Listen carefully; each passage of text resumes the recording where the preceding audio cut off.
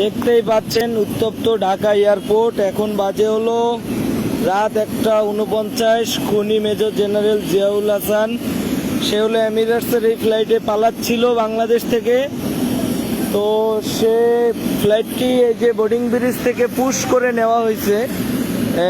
এই সামনে যে পুশকারটি দেখতে পাচ্ছেন, এই পুশকারটি সরিয়ে ফেললেই ফ্লাইটটি মুভ করত, কিন্তু বাংলাদেশ এয়ারফোর্স ফ্লাইটটি আটকে দিয়েছে। ফ্লাইটটি যেতে দেওয়া হবে না। খুব সম্ভবত ফ্লাইটটি আবারও বোর্ডিং ব্রিজে নিয়ে আসা হবে। উত্তপ্ত ঢাকা এয়ারপোর্ট, রাত 1:50 বাজে। এই ফ্লাইটটি কোনোভাবেই যেতে দেওয়া হবে না। বাংলাদেশ যারা ধ্বংস করেছে, খুনি হাসিনার সাথে যারা জড়িত, কেউ এই বাংলার মাটি থেকে আমরা ডিউটিতে থাকাকালীন পালাতে দেব না ইনশাল্লাহ। তাদের বিচার এই বাংলার মাটিতেই হবে। সামান্য কিছু টাকার জন্য দেশনেত্রী বেগম খালেদা জিয়াকে জেলে নিয়ে তারা আজকে আমাদের নেত্রী মৃত্যুর শয্যায় পাঞ্জা লড়ছে। খুনি হাসিনা গিয়েছে যেভাবেই হোক, কিন্তু তাদের সাথে যারা ছিল কেউ যেতে পারবে না কোনোভাবেই। দয়া করে সবাই ভিডিওটি বেশি বেশি শেয়ার করে বাংলার মানুষকে দেখার সুযোগ করে দিন। ফ্লাইটটি আসলে যাবে কি যাবে না এটার চূড়ান্ত সিদ্ধান্ত চলছে। তো দেখা যাক বাংলাদেশ এয়ারফোর্স কি সিদ্ধান্ত নেয়। ইতিমধ্যে আমাদের ভিডিও ধারণ করাটা নিষেধ, যার জন্য সরাসরি লাইভে এসেছি। এটা আসলে খুবই একটা রিস্কের ব্যাপার, কারণ আপনারা অনেকেই জানেন না হয়তো বা, বাংলাদেশ এয়ারফোর্স ঢাকা এয়ারপোর্ট নিয়ন্ত্রণ করে। প্রশাসনিক দায়িত্ব সমস্ত তাদের হাতে। তো মোবাইলটি আসলে বুকের উপরে রেখে গোপনে ভিডিওটি করছি, লাইভটি করছি। মনে হচ্ছে যে ফ্লাইটটি ছেড়ে দেওয়া হচ্ছে কোনো এক বড় ইন্ধনে, এবং এই ফ্লাইটটিতে তার সাথে বিপ্লব কুমারও যাচ্ছে।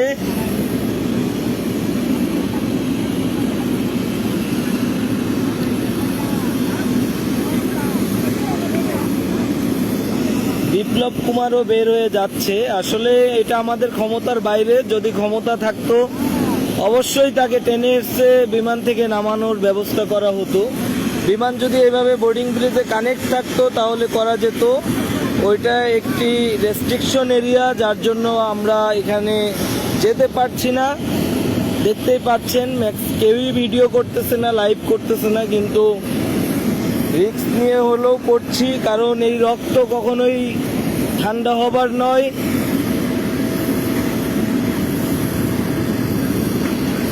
বিপ্লব কুমারও আছে এই ফ্লাইটে।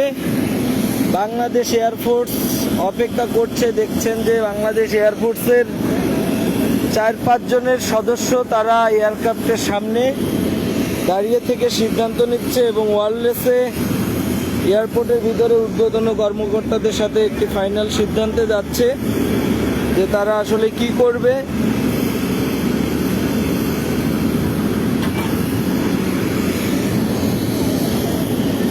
তবে ফ্লাইটটি যদি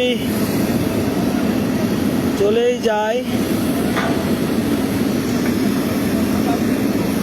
আসলে কি হচ্ছে কিছুই বুঝতেছি না। আমি একটি গাড়ির আড়ালে দাঁড়িয়ে ভিডিওটি করতেছি, দেখতেই পাচ্ছেন আমার সামনে গাড়ি, আর এই হলো আমাদের বাংলাদেশ বিমান। কিন্তু এমিরেটসের এই ফ্লাইটটি মনে হচ্ছে সিদ্ধান্ত হলো ফ্লাইটটি কোনোভাবেই দেখানো এই উড্ডয়ন করতে দেওয়া হবে না। বাংলাদেশ এয়ারফোর্স ফ্লাইটের সামনে চলে গেছে, কোনোভাবেই ফ্লাইটটি যেতে দেওয়া হবে না। রেস্ট্রিকশন এরিয়ার হওয়ার কারণে আমি ফ্লাইটের ধারে কাছে যেতে পারছি না। আজকে এই রাত্রে সেই ইমিগ্রেশন কিভাবে পার হলো এটাই মাথায় আসে না। রানওয়েতে ট্যাক্সিওয়েতে যাওয়ার পরে কেন ফাইনাল এই ডিক্লারেশন হলো এটাই জানি না।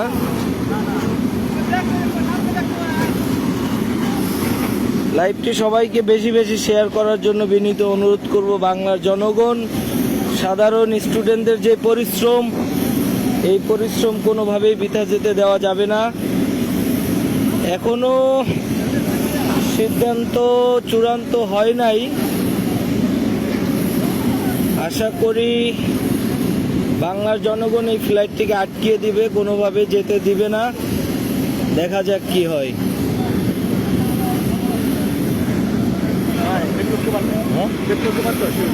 বিপ্লব কুমারও আছে, আবার ওই মেজর জেনারেল ইয়েও আছে, হ্যাঁ জিয়াউলও আছে।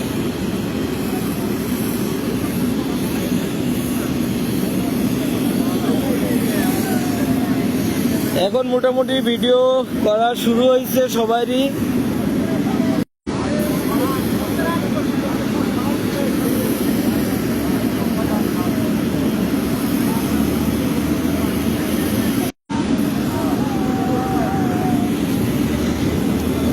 দেখা যাক চূড়ান্ত সিদ্ধান্তের। ফোনের ক্যামেরা একটু নর্মাল হতে ভালো মতো দেখাইতে পাচ্ছি না, তারা ওয়্যারলেসে। যাই হোক, কল আসার কারণে সমস্যা হচ্ছিল। আবারও দেখতে পাচ্ছেন বাংলাদেশ এয়ারফোর্সের 2 অফিসার যাচ্ছে এখন একটি ফাইনাল সিদ্ধান্ত নেওয়ার জন্য, যেন গুজব না সৃষ্টি হয়, যার জন্য আমি সরাসরি লাইভে আসছি ঢাকা এয়ারপোর্ট থেকে। অনেকেই গতকাল রাত্রে যে আমাকেও ঘুমাইতে দেন নাই, সারা রাত একের পর এক কল দিয়েছেন, শুধু গুজব ছড়িয়েছেন। আসলে চোরেরা পালিয়ে যাবে এটা কখনোই গুজব হতে পারে না। অনেকে অনেক দিক থেকে বলেছেন পালিয়ে গিয়েছে, কিন্তু এই ফ্লাইটে মেজর জেনারেল জিয়াউল হক আছে, তার সাথে এটা কনফার্ম, কিন্তু তার সাথে বিপ্লব কুমারও আছে, যে কুত্তার বাচ্চা সারাক্ষণ এলোপাতারি এবং বাংলাদেশের জনগণকে নিয়ে বিভিন্ন কথাবার্তা বলে এসেছে। দয়া করে লাইভটি সবাই বেশি বেশি শেয়ার করবেন, বাংলার জনগণ সবাইকে দেখার সুযোগ করে দিবেন।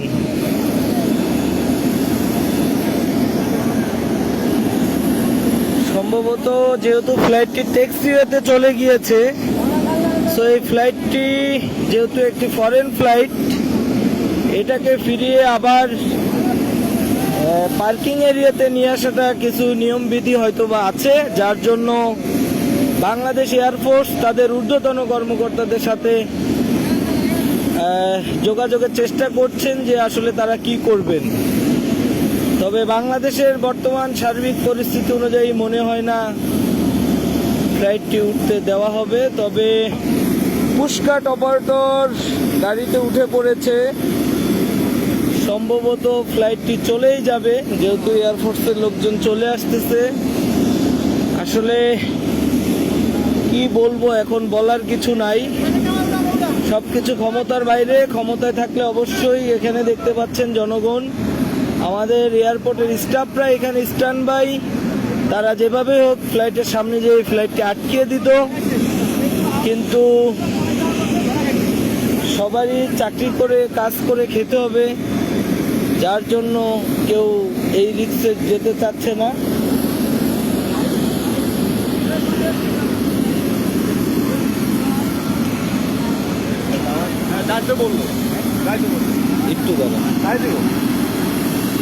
একটু মনে হইতেছে একটু দাঁড়ান, দেখি কি হয়। মনে হয় না দিব। এটাতে মেজর জেনারেল জিয়াউল হক পালাচ্ছে। আসলে বারবার সিদ্ধান্তহীনতাতে ভুগছে বাংলাদেশ এয়ারফোর্স, আবারও গিয়েছে বিমানটির কাছে, দেখা যাক কি বলে।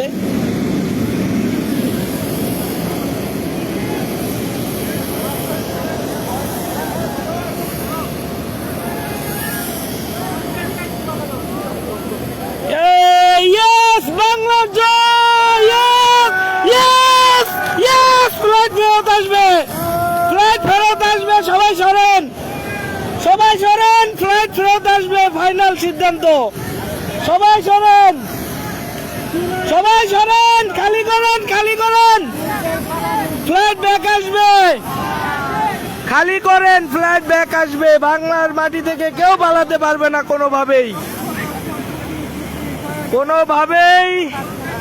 কোনোভাবেই সম্ভব না। বাংলাদেশ এয়ারপোর্ট সবাইকে সরিয়ে দিচ্ছে। তো যাই হোক, চাকরির যেহেতু এখানে কর্মস্থল, আমরা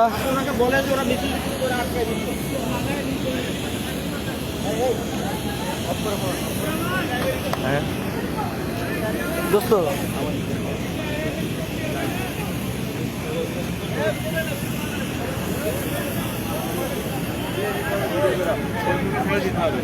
যাই হোক, আপনাদেরকে রেস্ট্রিকশন থাক আপাতত।